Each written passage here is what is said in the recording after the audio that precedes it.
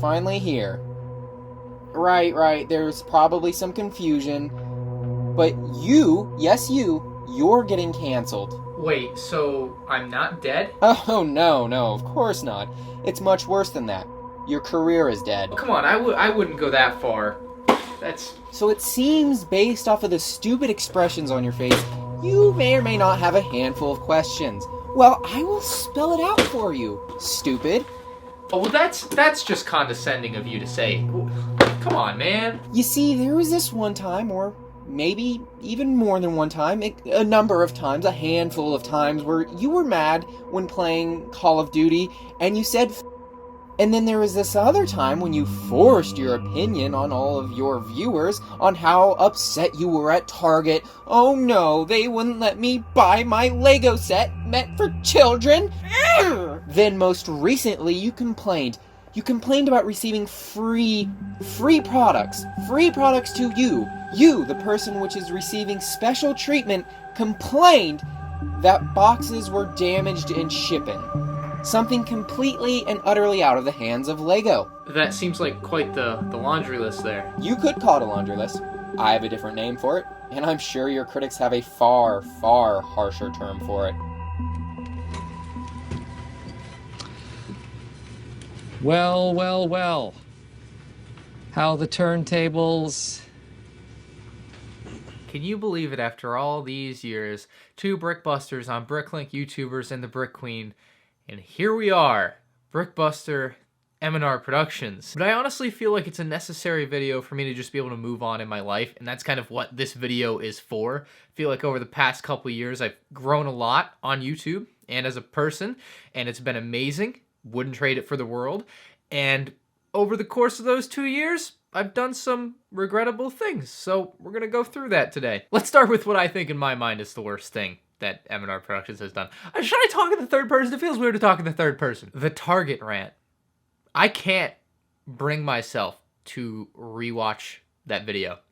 I cannot believe that I let that video stay up for 1 year. I took it down probably in May of this year and would have taken it down at the end of this video regardless if it hadn't been. In that video, I was absolutely livid. There's this feeling you get when you're really, really angry at something or somebody. And right now I'm feeling that feeling. I guess flustered is the best way to describe it. Target at some point during my day trip had street dated the Star Wars sets that were coming out at that time. And the first store that I went to when they weren't street dated told me they would not sell them to me. And by the time I got to another store that was going to sell them to me, because the shelf date is an arbitrary thing that doesn't have any actual meaning on whether or not you can actually sell a product, they were street dated in the system. I came home and I was just absolutely fuming at that. And dude, I'll tell you, I get real embarrassed just thinking of it. I said some bad things in there. I came off as very entitled in that video. Very, very ranty, obviously. A lot of people use the word whiny or whining, which is probably fair in that video's case for sure. And I know I definitely in that video said to like go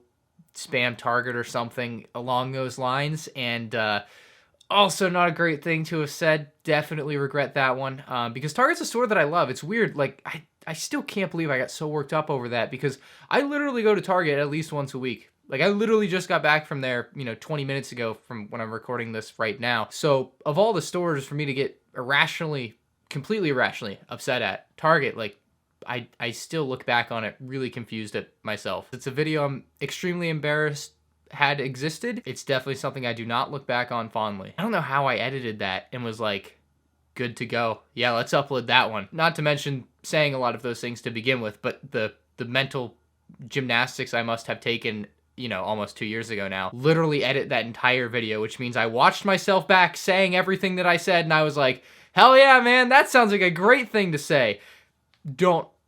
Yeah, that was irrational anger. Something that happened definitely more recently is some complaints about free products. Now, there was the whole Star Destroyer thing. People say, I was complaining about not getting a free Star Destroyer. That was not the case at all. All I was pointing out was that LEGO at the time seemed to not trust me. However, they had trusted these people to receive a product early and sent it to them only for them to go ahead and leak it. And that's the real problem that I had with it. Now, I definitely overstepped some boundaries in some very recent videos. I'll play some clips here for you. And I just love how late these show up to me. That one's that's just so disappointing to me. Oh yes, the classic. The classic. It's the hourglass. These are the worst boxes I have ever received or purchased in any way, shape, or form in my life. Especially for a brand new set. I think that should go without saying. So in this video, I was obviously upset that my Harry Potter boxes had come relatively late compared to others, and with incredibly crushed boxes beyond levels which I had ever seen before, whether it had been a set I bought or a set that I received as a gift, or in any case. And it definitely was wrong of me to be upset about that. Obviously, like, the reason I was upset is because I like to use them for my thumbnails, so having a box that has a giant dent in it, or is like basically deformed, isn't ideal for what I do. But obviously I guess I could have worked around that, and I obviously did, so it ended up not being a huge deal that I shouldn't have made such a huge deal out of, because at the end of the day it absolutely wasn't a huge deal.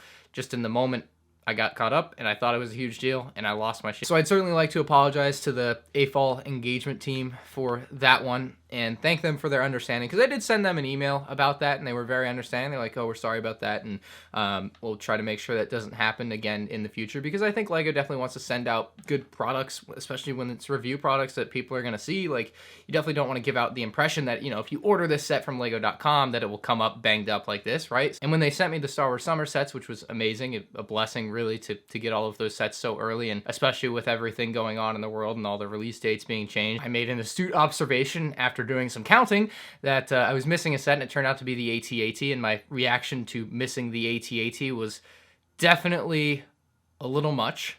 No AT-AT, bro! And again, a huge thank you to the AFOL engagement team from Milan. I mean, they got me that set like 4 days later, and it was not a big deal. And again, it's just something in my mind at the time when I was recording the video, I was like, oh, what? No AT-AT? How could this be? It was on the list, I swear. And like, I don't know, I feel like I just maybe over embellished in a lot of, I don't know why I was so frustrated in the moment, but I was. And like, looking back on it, it's weird for me to watch it, and like, I feel bad about it for sure. So I've gone ahead and taken out the Harry Potter section and the AT-AT section of those respective videos, because again, this whole video is about me just coming to terms with some things that I'm not happy that I've done personally and feel like I shouldn't have done and definitely don't want to be doing in the future, and moving on from them. So kind of removing them is part of that to me. However, I guess they'll still exist in this video, but that's kind of the point of this video. Another big one in the entitlement category is not getting interviews. There were a couple of things earlier this year that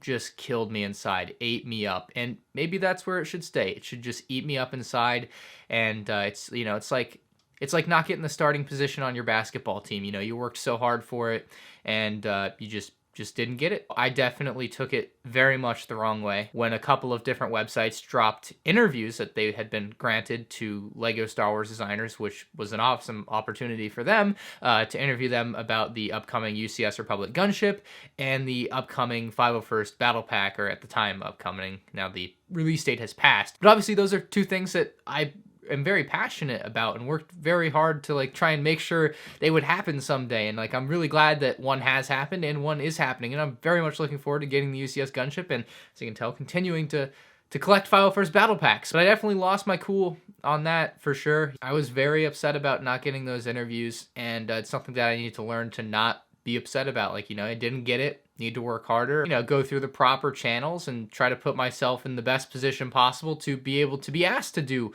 one of these interviews in the future. So I'm not proud about that.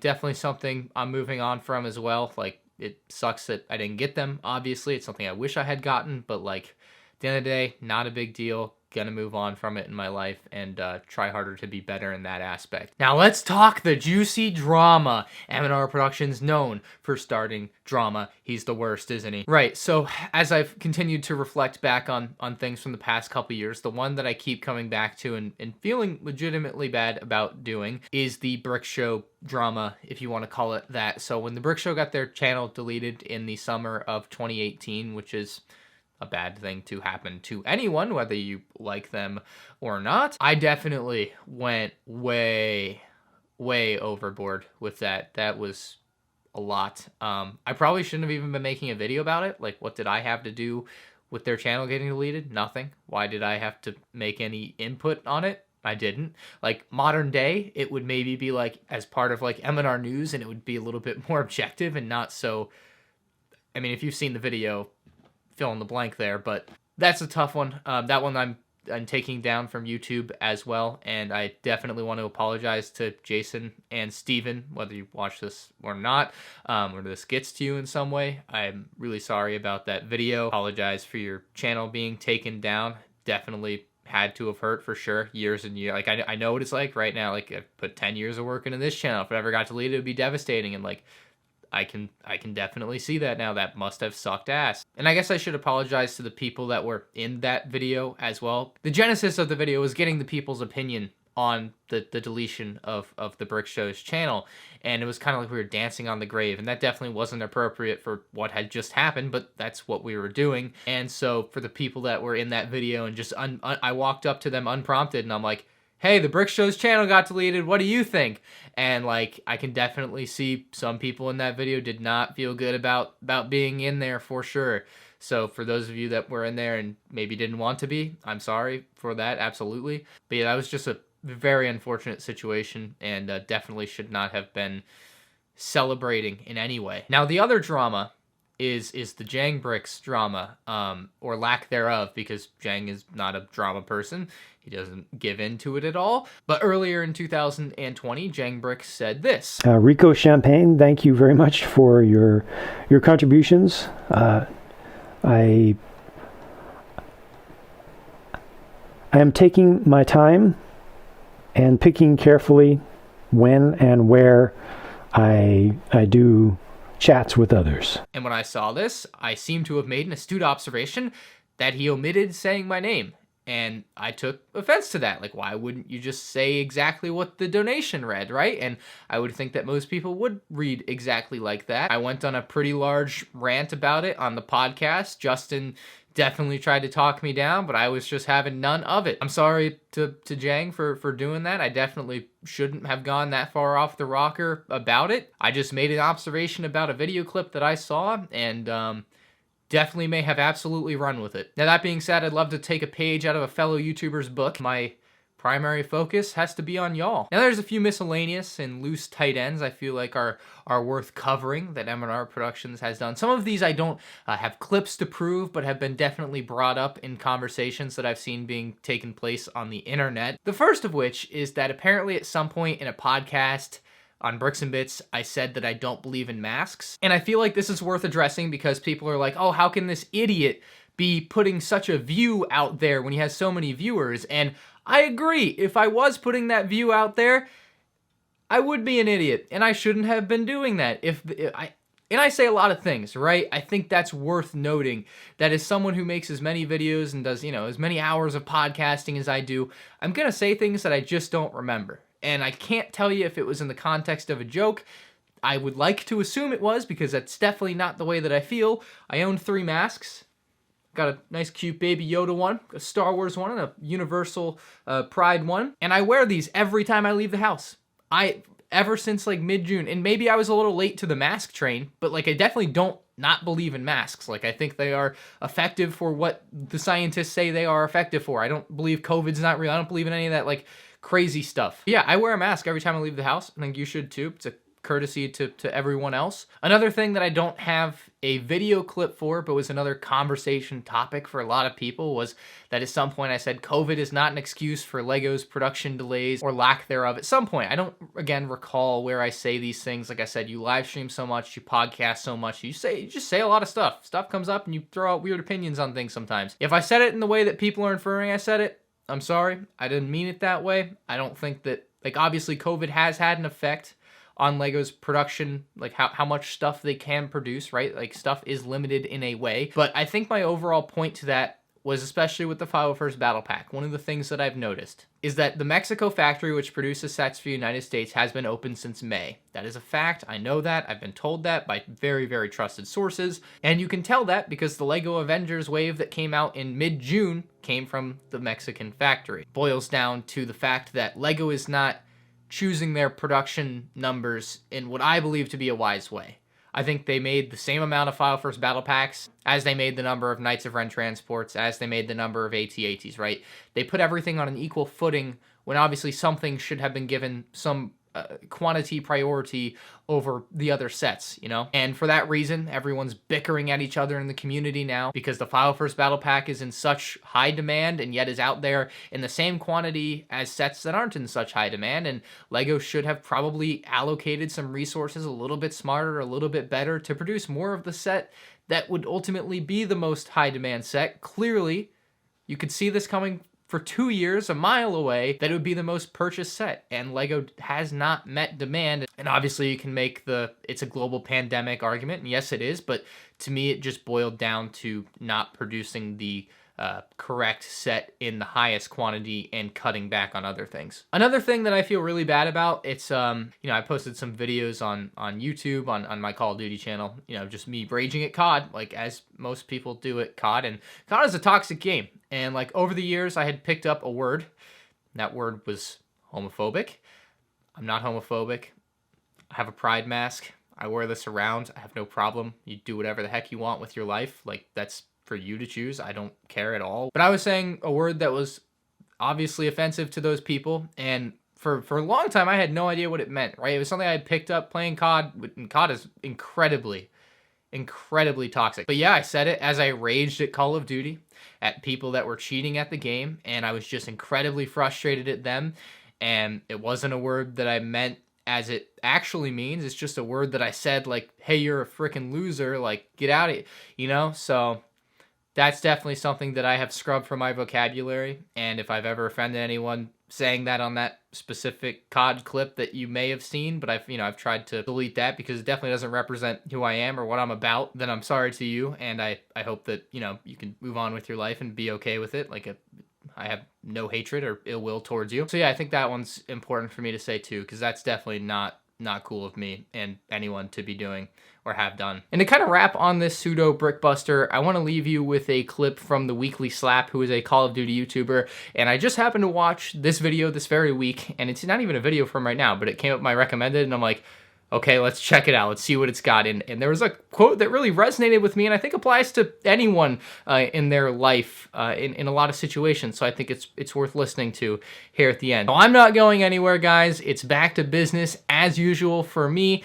All of this to me is in the past. I'm done thinking about it. I'm done talking about it. I've called myself on it. So I'm moving on in my life, and I think you should too. But, you know, it's up to you. You do whatever the hell you want, just like I will. So thank you very much. Check out this clip. There's no reason now that you can't build yourself up to be a better man. There isn't. There isn't a reason. You recognize the problem, fix it. All right. There's still, of course, there's still going to be moments when you slip up, when you step over the line, and that's fine, right? As long as you realize when you do it and rectify the situation afterwards.